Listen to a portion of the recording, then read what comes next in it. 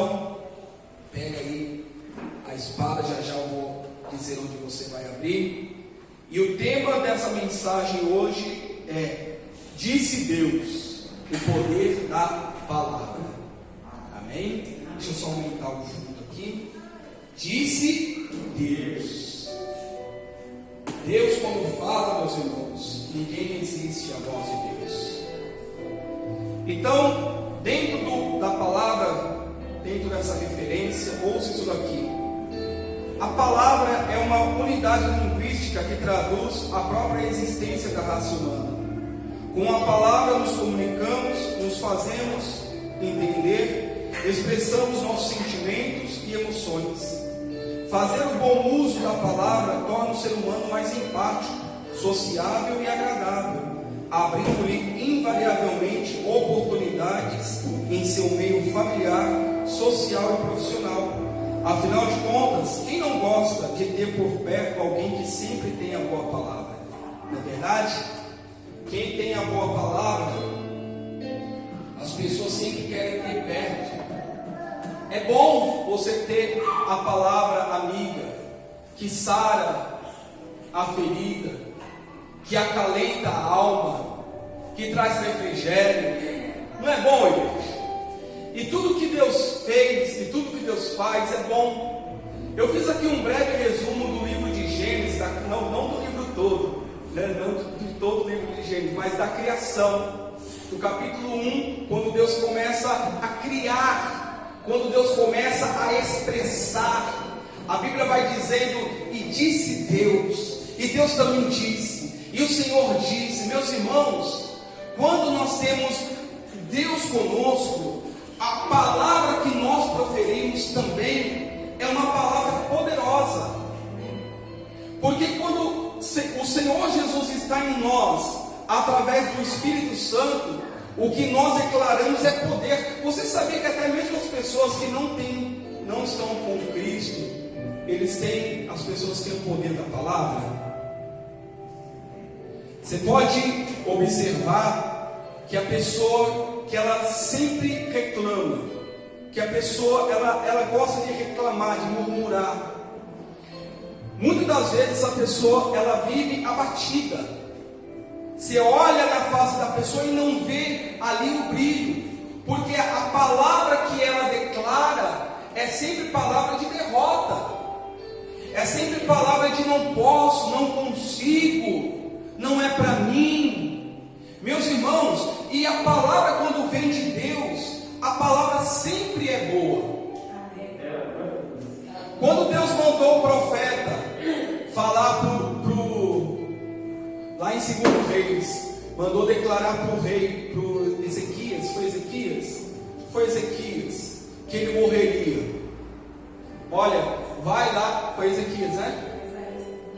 Não foi o profeta Isaías, mas foi o rei Ezequias. Mandou falar: prepara a tua casa, porque você vai morrer. A palavra estava vindo de quem? Do homem ou de Deus? Fala, igreja. De Deus. Pastor, então quer dizer que Deus ele pode proferir sobre a vida de alguém uma palavra de morte? Pode, ele é Deus, ele faz o que ele quiser. É ou não é? Ele é Deus? Pode. Mas quando a Bíblia diz que esse homem, que o rei, ele vira o seu rosto para a parede, e ali ele se humilha perante o Senhor e busca ao Senhor, a Bíblia diz que novamente o profeta é enviado para declarar que não mais a morte chegaria naquele tempo. Então Deus mudou a sua própria palavra. Mas por quê? Porque o final que Deus declara sempre é bom. Se para a morte é bom, se para a vida é bom também, igreja. É isso que nós temos que entender. Tudo subsiste em Deus, tudo foi criado por Deus, nele tudo subsiste, é dele, tudo para ele, por ele e para ele. Então, meus irmãos, quando a gente entende isso daqui, a gente passa a fazer o uso da boa palavra. É como eu disse aqui, a palavra boa, ela é agradável. A pessoa que tem sempre uma boa palavra, ela é agradável de se conviver. E nós temos que tomar isso para a nossa vida e saber que o Senhor tem declarado na nossa vida, não palavra de mal, mas palavra do bem. Amém. Seja para onde for, a palavra é do bem. Amém. Porque em Deus não há maldade. A maldade vem do ser humano. Não é isso que diz Tiago? Quando for tentado, não diga eu sou tentado por Deus. Porque Deus ele não pode ser tentado pelo mal, e Ele também não tenta ninguém com mal. Mas nós somos tentados por nossas próprias cobiças, pelo desejo mal que há no ser humano. E por haver esse desejo mal no ser humano, muitas das vezes a sua palavra é uma palavra de maldade, é uma palavra de desesperança, mas em Deus não. Ouça isso daqui, ó. A ansiedade no coração do homem o abate, mas a boa palavra o alegra. Amém. Provérbios 12, 25. A boa, não precisa abrir agora não, só ouça. A boa palavra alegra, meus irmãos. A boa palavra traz vida, traz restauração. Tem mais uma palavra que ele diz aqui, mais uma passagem. O olhar de amigo alegra o coração. As boas novas, a boa palavra fortalecem até os ossos. Olha só, a palavra de Deus é tão poderosa que ela fortalece até os ossos. Aí você passa a entender as curas, os milagres, os prodígios que são feitos sob a palavra de Deus. Agora ouça isso daqui. Nosso Deus e Senhor nos mostra o poder da palavra ao trazer à existência tudo o que vemos e sentimos hoje. Porque o que Deus criou é aquilo que os nossos olhos veem e aquilo também que os nossos olhos não veem. Você vê o ar, mas você não vê, mas você pode sentir. Você vê os raios solares? Não, mas você pode sentir ele aquecer o teu corpo. Foi tudo isso que Deus criou. E pelo poder da palavra, meus irmãos, é que a gente tem que, meditar mais, entender mais aquilo que Deus quer para cada um de nós. Entender que o Senhor nos escolheu para sermos boca de Deus, para sermos mensageiros de Deus aqui nessa terra. Ouça isso daqui, ó. Olha como começa a criação. Olha o que Deus diz: haja luz, e houve tarde e manhã. E aí Deus fez separação entre a luz e as trevas. Primeira coisa que Deus traz, a luz, porque Deus é luz. A palavra de Deus é luz. Por isso que o diabo, as trevas, não resistem ao poder da palavra de Deus, porque Deus é luz. E Deus começa exatamente criando pela luz. E Deus também disse: haja firmamento no meio das águas, debaixo do firmamento, e as águas do firmamento. Ou seja, aqui Deus criou os céus. Veja que um fato importante, quando Deus diz que houvesse firmamento entre as águas de baixo e o firmamento dos céus, a Bíblia vai dizer que Deus criou os céus. Não existe só um céu conforme o que os nossos olhos veem. Tanto que nós podemos comprovar isso em 2 Coríntios 12:2, quando Paulo diz: olha, há 40 anos atrás, um certo homem, falando de si mesmo na terceira pessoa, foi arrebatado ao terceiro céu. Veja, Paulo, ele comprova isso quando ele é arrebatado não ao primeiro, não ao segundo, mas ao terceiro céu. Então, pela palavra de Deus, os céus foram criados. Coisas demais para o nosso entendimento limitado. E continua dizendo assim: ajuntem-se as águas debaixo dos céus num só lugar, e apareça a porção seca, terra e mares, também criados pela palavra, pelo poder da palavra de Deus. E disse: produza a terra relva, ervas que deem semente e árvores frutíferas. Ou seja, pela palavra também, Deus fez com que a terra fosse fecunda, com que houvesse árvores, ervas, árvores frutíferas, para alimentar a sua obra-prima, que viria um pouco mais para frente, amém? E continua dizendo: disse também Deus: haja luzeiros no firmamento dos céus, para fazerem separação entre dia e noite, e sejam eles para sinais, estações, dias e anos, ou seja, a criação do sol, da lua e das estrelas. E olha que fato interessante, meus irmãos. A gente não começou descrevendo Gênesis com Deus falando haja luz, mas veja que os astros, o sol, a lua e as estrelas foram criados mais à frente. O que eu entendo com isso? Que o próprio Deus brilhava, que a luz que Deus disse ali no início, haja luz, é a própria luz do nosso Deus que resplandece, que elimina as trevas, porque a Bíblia diz que no princípio a terra era sem forma e vazia, e havia o que? Trevas sobre a face do abismo. Então Deus, Ele não quer com que haja trevas na vida de ninguém. Por isso a palavra de Deus vem trazer luz, vem trazer libertação, meus irmãos. E veja que aqui o Senhor vai criar também o sol, a lua e as estrelas. Interessante, né? Para que houvesse separação entre dia e noite. Para quê? Para que nós pudéssemos perceber dias, estações, épocas, anos. Ou seja, a raça humana desde o princípio, ela se localiza por tudo que Deus criou. Seja o calendário gregoriano, né, que eu já expliquei sobre isso aqui, que o calendário que nós, aqui desse lado do Atlântico, em grande parte, quase todo mundo segue, com exceção da China, que tem o seu próprio calendário, e outras nações. O nosso calendário é um calendário gregoriano, que foi instituído pela Igreja Católica, pelo Papa Gregório. Mas o Senhor, desde o princípio, localizou a sua nação santa, Israel, e Deus, Ele sempre nos mostra na Bíblia que o calendário de Deus, o calendário judaico e portanto de Deus, é o calendário lunático. Festas da lua nova, tudo bem? As festas que Deus instituiu, o Shavuot, inclusive estamos aí chegando próximo aproximando a festa de Shavuot. Então todas as festas, todo o calendário bíblico foi feito com base nas estações da lua, mas hoje nós nos localizamos pelas estações do sol, pelo ciclo do sol. Mas independente disso, meus irmãos, Deus, Ele cria então ali os astros para que pudesse ser por sinal. E veja que quando a gente lê o Apocalipse, onde os sinais vão acontecer? Vocês já leram, né?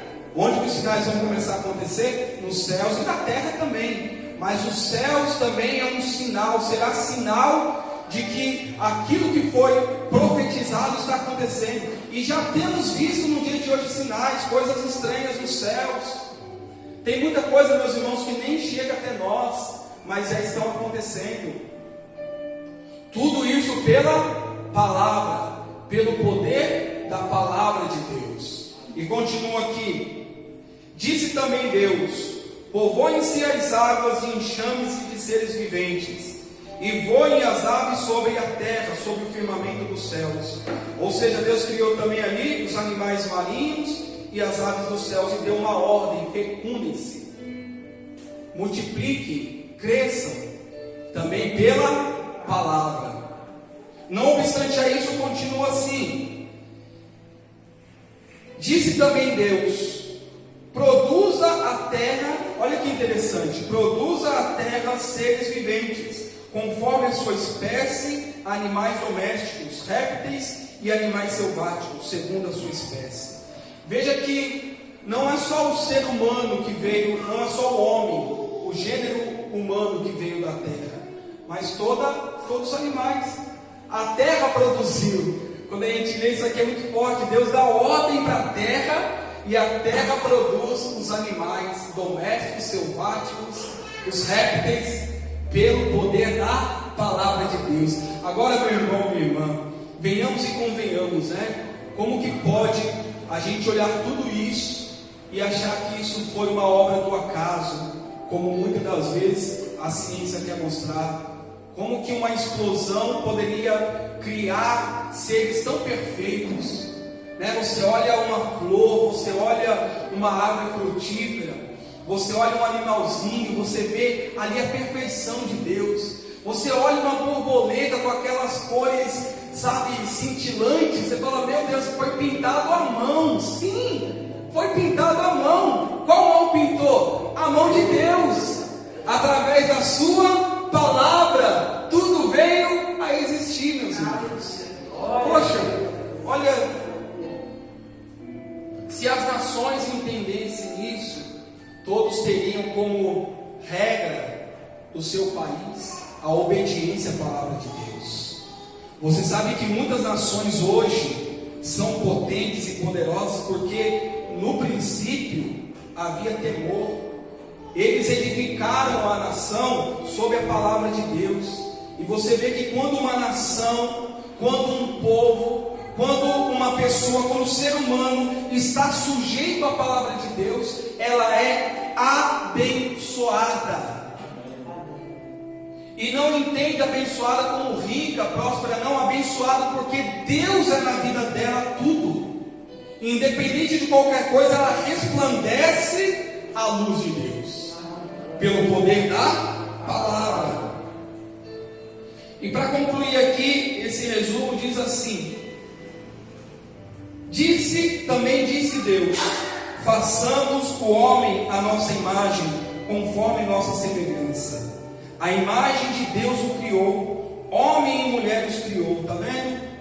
Então, por fim, Deus ele cria a sua obra-prima, homem e mulher. E hoje o que nós vemos?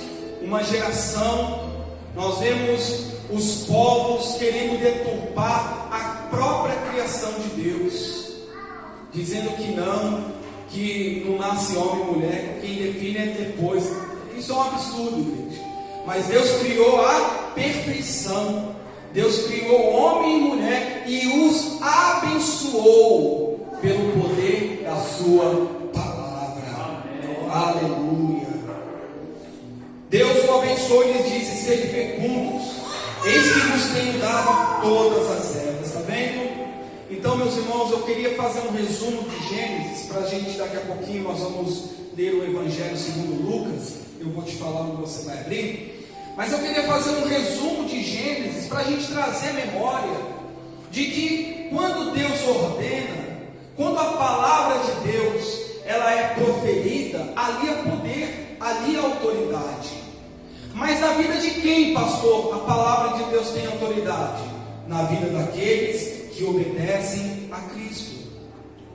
Não adianta falar por falar, não adianta declarar por declarar.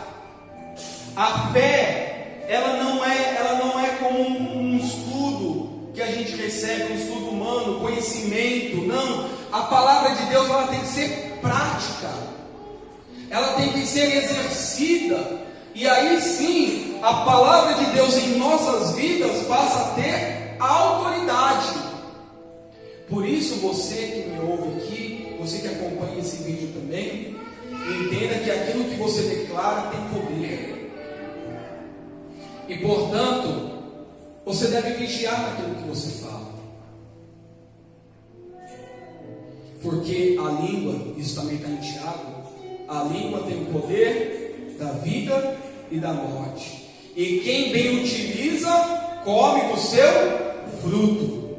Ou seja, quem utiliza bem a palavra, a vida dessa pessoa vai resplandecer aquilo que ela tem declarado. Amém? Amém. E para terminar aqui, Provérbios 18, 21 diz, a morte e a vida é exatamente Provérbios que diz. Tiago também fala sobre isso. Mas Provérbios diz, a morte e a vida estão no poder da língua. O que bem a utiliza, come do seu fruto. Então, meu irmão, minha irmã, eu quero te perguntar, o que você tem declarado através dos seus lábios? O que você tem declarado? O que você tem proferido através dos seus lábios? Palavras como nunca serei feliz, não conseguirei alcançar meus sonhos, ou tem amaldiçoado, até mesmo amaldiçoado o seu semelhante? Temos que tomar muito cuidado, porque, repito, a palavra de Deus em nós é autoridade.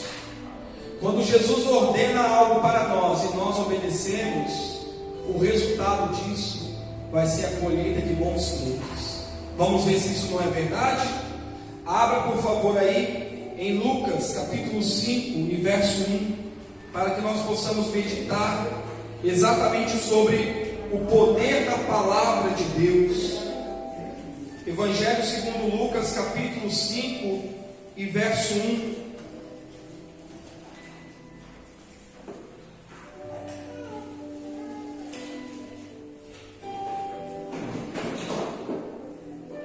Alguém precisa de ajuda? Todos acharam? Lucas 5:1. Meus irmãos, antes de nós lermos, olha para mim por favor. Essa passagem, esse fato, muitas das vezes, ele é pregado com o objetivo de dar ênfase à questão financeira, mas quando a gente meditar aqui nessa passagem de Lucas 5, a gente vai ver que vai muito além do que determinar algo financeiro na vida de alguém. Diz assim o verso 1: Aconteceu que, ao apertá-lo a multidão para ouvir a palavra de Deus, estava ele junto ao lago de Genezaré, e viu 2 barcos junto à praia do lago, mas os pescadores, havendo desembarcado, lavavam as redes. Entrando em um dos barcos, que era o de Simão, pediu-lhe que o afastasse um pouco da praia, e assentando-se ensinava do barco as multidões. Quando acabou de falar, disse a Simão: atenção, faze-te ao largo e lançai as vossas redes para pescar. Respondeu-lhe Simão: mestre, havendo trabalhado toda a noite, nada apanhamos, mas sob a tua palavra lançarei as redes. Para um minutinho aqui, olha para mim por favor. Sei que dá vontade de continuar, mas entenda até aqui, vamos entender até esse momento. O que aconteceu? Os discípulos, aliás, aqui ainda não eram discípulos, os pescadores, estavam ali frustrados por uma noite mal sucedida de pesca. Veja, estamos falando de pessoas que tinham habilidade para, não estamos falando de pessoas que estavam se aventurando, não, pessoas que eram experts em pescar, que sabiam, falando na criação e na lua, até a lua colabora, contribui para o dia da pesca, sabia disso? Tem a lua certa para pescar, a maré certa para pescar. Veja, olha que lindo, né? Deus é tão perfeito que todos os sinais, quando o homem passa a ouvir, a entender os sinais, ele consegue alcançar êxito. E esses homens, por mais que eles tenham obedecido a todos os critérios, por mais que eles fossem pessoas hábeis naquilo que eles faziam, eles estavam vivendo um momento de frustração. Eles pescaram a noite, eles lançaram a rede a noite inteira, mas não pegaram nada. E veja que em primeiro lugar, meus irmãos, é isso que a gente tem que entender. Jesus pede algo para eles. Eis, primeiro Jesus pede algo. Jesus já não poderia falar: olha, daqui mesmo, já volta para lá, lança a rede do teu lado direito. Jesus não podia falar? Poderia. Mas o que Jesus fala para os discípulos? Olha, me empresta o teu barco. Me empresta o teu barco para eu pregar a mensagem da boa nova. Eis, empresta o teu barco para Cristo. Quando a gente entende que o que Cristo está me pedindo é a minha vida, Ele quer habitar, Ele quer estar na minha vida, então aquilo que Ele traz é a palavra de salvação, de cura, de libertação. Porque nada adiantaria esses homens voltarem para o mar, virem com peixes e continuarem sendo quem eles eram. Por isso que Jesus ele primeiro entra no barco para transformar. Está vendo? Então não adianta querer ter autoridade na palavra se primeiramente eu não ceder para Cristo. Aí está o segredo. Eu tenho que ceder. Irmãos, poxa pastor, mas isso parece ser tão simples para pessoas que já estão na igreja, mas infelizmente não é. Parece ser o beabá, mas infelizmente não é. Pode ter certeza que não é. Muitas pessoas estão tomando o seu barco para si, e Jesus está ali pedindo: olha, abre espaço para mim. A pessoa está ali, resistindo, irreverente a Deus. E aí ela quer ter a palavra de vida, quer ter a palavra de salvação, de cura. Como que vai ter se Jesus não está no barco? Então, primeiramente, dê o seu barco para Cristo. Dê o seu coração para Cristo habitar. Porque aí, meu irmão, minha irmã, a tua palavra vai ser como fogo que consome em meio às trevas. E depois que eles fizeram isso, o que Jesus, no 4, o que diz? Quando acabou de falar, disse a Simão: faze-te ao largo e lançai as vossas redes para pescar. Respondeu-lhe Simão: mestre, havendo trabalhado toda a noite, nada apanhamos, mas sob a tua palavra lançarei as redes. Isso fazendo, apanharam grande quantidade de peixes e rompiam-se-lhes as redes. Então fizeram sinais aos companheiros do outro barco para que fossem ajudá-los. E foram e encheram ambos os barcos, a ponto de quase irem a pique, quase afundarem. Vendo isso, Simão Pedro prostrou-se aos pés de Jesus, dizendo: Senhor, retira-te de mim, porque sou pecador. Pois à vista da pesca que fizeram, a admiração se apoderou dele e de todos os seus companheiros, bem como de Tiago e João, filhos de Zebedeu, que eram seus sócios. Disse Jesus a Simão: não temas, doravante serás pescador de homens. E arrastando eles os barcos sobre a praia, deixando tudo, o seguiram. Meus irmãos, olhem para mim, por favor. Vamos analisar esse fato. Isso não é uma parábola, isso ocorreu. Veja que interessante. Quando Jesus fala para Pedro, para Simão, até então era Pedro, ele passa a ser Pedro depois. Que Jesus, olha que interessante, Quando Jesus entra, até o nosso nome é mudado. Não o nome registrado, o nome que a gente é conhecido, meus irmãos. Porque quando a gente chega na igreja, a gente é conhecido por coisas ruins, por ser um enganador, por ser uma pessoa briguenta, por ser uma pessoa, sei lá, vários adjetivos aí, mas a maioria deles ruins. E veja que até então Simão ainda não havia provado da palavra, do poder de Deus. E quando Jesus falou: olha, volta para o mar e lança, faze-te ao largo e lança a tua rede, mas lança a tua rede ao lado direito. É aí que muitas pessoas se perdem. Quando Jesus dá uma ordem, é uma ordem específica. A palavra de Deus nos manda obedecer a Cristo segundo aos seus ordenamentos. E muitas das vezes a pessoa está obedecendo a Cristo mais ou menos. Está obedecendo a Cristo meio a meio. Porque se eles voltassem para o mar e lançassem a rede do lado esquerdo, na frente ou atrás do barco, o milagre não aconteceria. Por que Jesus mandou lançar do lado direito? Para testar a obediência à sua palavra. Amém. Então, meu irmão, minha irmã, não queira pescar onde você acha que é melhor. Pesca onde Jesus está te mandando pescar. Esteja onde Jesus está mandando você estar. Porque se você não obedecer a palavra, a sua rede vai continuar vazia. E aí eu volto naquilo que eu estava dizendo, o beabá da fé. Quantas pessoas estão dentro da igreja e as suas redes estão vazias? Repito, não estou falando de dinheiro, estou falando de alegria, gozo de salvação, árvore frutífera no jardim que Deus te plantou. É disso que eu estou falando. E esses homens, eles foram provados, porque imagina só, um pescador que conhece tudo, ter que voltar, e olha, já era dia todos os pescadores sabem que de dia não se pesca, é durante a noite.